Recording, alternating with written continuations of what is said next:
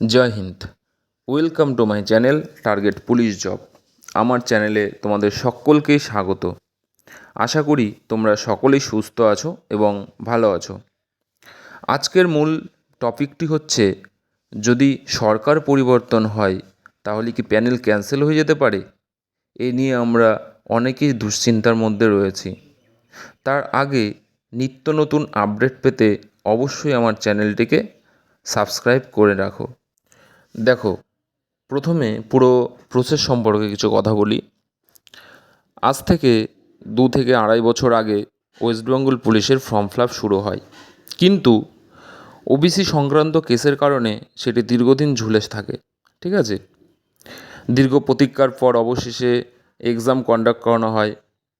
এক্সামের কিছুদিন পরেই পিইটি এবং পিএমটি করানো হয় এবং তার কিছুদিন পরেই শুরু হয় ইন্টারভিউ প্রসেসগুলো বেশ ভালোভাবেই চলছিল। আমরা গভীরভাবে আগ্রহী ছিলাম, ঠিক আছে, যে হয়তো খুব তাড়াতাড়ি ভোটের আগেই জয়েনিং করিয়ে দেবে।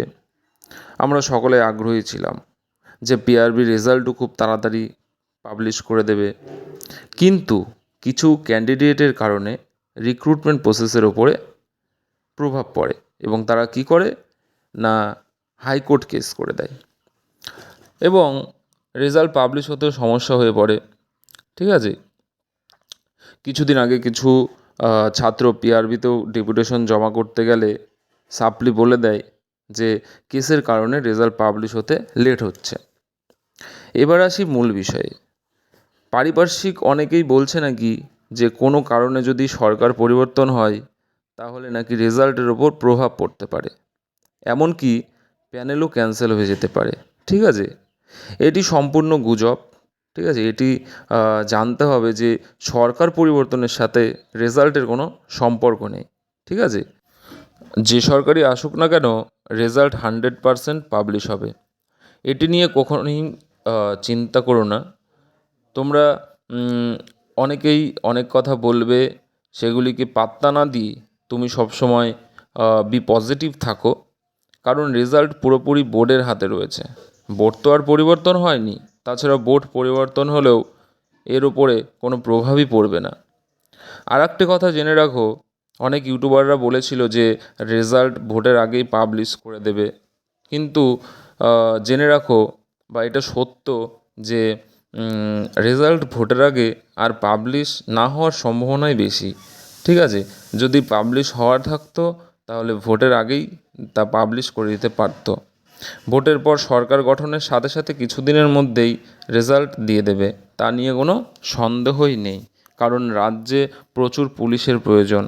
ঠিক আছে, এবং এই রিক্রুটমেন্ট কমপ্লিট হওয়ার পরে নতুন করে অ্যাপ্লাই শুরু হতে চলেছে ওয়েস্ট বেঙ্গল পুলিশের।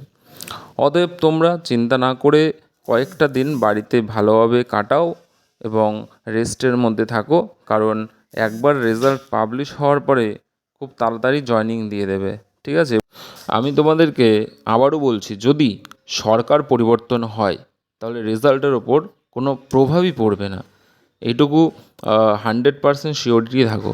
ঠিক আছে, কারণ বিগত দিনেও দেখা গেছে যে রেজাল্টের ওপরে অনেক প্রভাব পড়েছিল, এমনকি রেজাল্ট পাবলিশ হওয়ার পরেও ছেলেপেলে 1 বছর পর্যন্ত ঝুলেছিল, প্যানেলের ওপরে কোনো প্রভাবই পড়েনি।